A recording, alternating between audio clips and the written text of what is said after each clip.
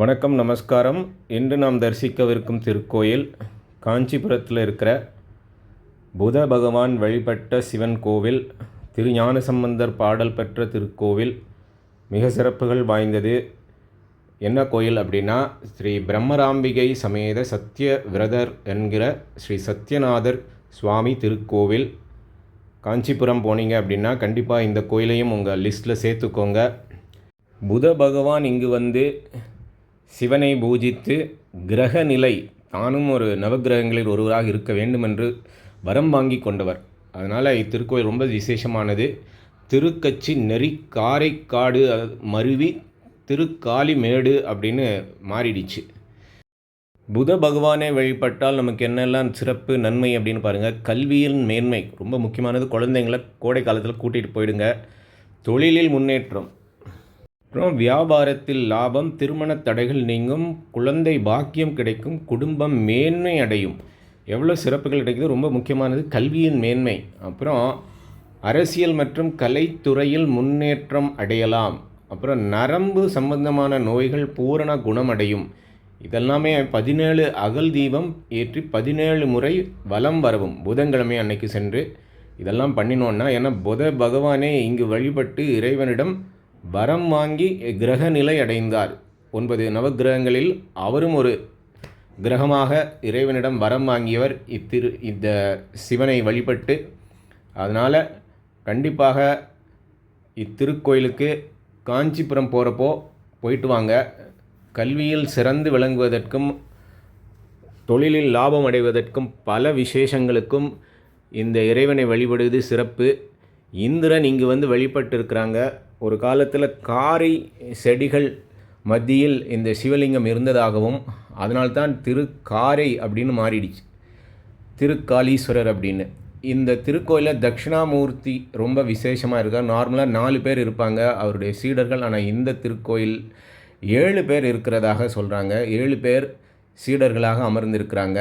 நான் சென்றபோது தட்சிணாமூர்த்திக்கு அபிஷேகம் நடந்து கொண்டிருந்தது. அன்று தான் குரு பெயர்ச்சி. அதனால் சிறப்பாக அபிஷேகங்கள் நடந்து கொண்டிருந்தது. குரு பகவானை தரிசித்தவாறு சத்யநாதரையும் தரிசித்து நாம் பிரகாரத்தில் வந்து கொண்டிருக்கிறோம். அன்று பயங்கரமான வெயில், அதனால் ஓடிக்கிட்டே இந்த காட்சிகள் எல்லாம் காட்சிப்படுத்த முடிந்தது. இத்திருக்கோயிலுக்கு உழவார அன்பர்கள் வந்து காஞ்சிபுரத்தில் இருக்கிறவங்க உழவாரம் பண்ணினாங்க அப்படின்னா சிறப்பாக இருக்கும் அப்படின்றது நாம் பார்க்குறப்போவே தெரிகிறது. சில புதர்கள் எல்லாம் அந்த பிரகாரத்தில் பார்க்க முடிந்தது. சின்ன கோயில், ஆனால் மிக மிக முக்கியமான விசேஷமான புதன், இந்திரன் இவங்கெல்லாம் இறைவனிடம் வந்து வழிபட்டிருக்கிறாங்க. எத்தனையோ 1000 வருஷத்துக்கு முன்னாடி கருங்கல்லினாலான ஜன்னல் சிறப்பாக இருந்தது. பிரகாரத்தில் வில்வ மரம் பார்க்க முடிந்தது. இப்போ தரிசிப்பது கோபுரம், உள்ளே இருந்து பார்க்கிறோம். பிரகாரத்தின் உள்ளிருந்து சென்றபோது குருவுக்கு சிறப்பான யாகங்களும் பண்ணியிருந்தாங்க. அருகிலேயே புத பகவானின் சன்னதி. ஆக்சுவலி கோயிலுக்கு உள்ளே நுழையிறப்போ லெஃப்ட் சைடில் இடதுபுறமாக இருக்கிறார் புத பகவான். அவரைத்தான் இப்போது தரிசிக்கிறோம். கோயிலுக்கு உள்ள நாம் இப்போ பார்க்கிறது பிரதோஷ நாயகர்.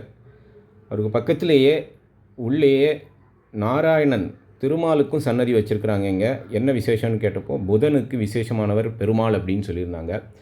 ஸோ இத்திருக்கோயிலின் மூலவர் பெயர் சத்யநாதர் திருக்காலீஸ்வரர், திருக்காரைநாதர் அப்படின்னு சொல்லுவாங்க. பிரம்மராம்பிகை காரை செடி தான் ஸ்தல விருட்சம்.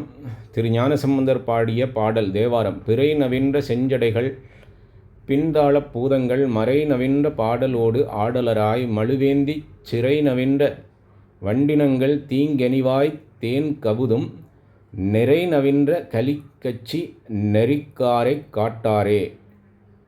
இந்த பாடல் பெற்ற ஸ்தலங்கள் ரொம்ப விசேஷமானது. பெரிய மகான்கள் 4 எல்லாம் சென்று அந்த தலத்தை புனிதப்படுத்தி இருக்கிறார்கள். அந்த சிவலிங்கம் ரொம்ப விசேஷமாக இருக்கிறதுனால தான் வந்திருக்கிறாங்க.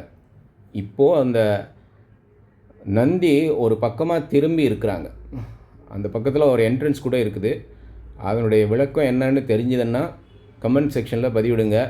ஏன் நந்தி அப்படி திரும்பி இருக்கிறாங்க. அந்த சைடில் தனியாக ஒரு என்ட்ரன்ஸும் இருக்குது. ஓம் நம சிவாயா.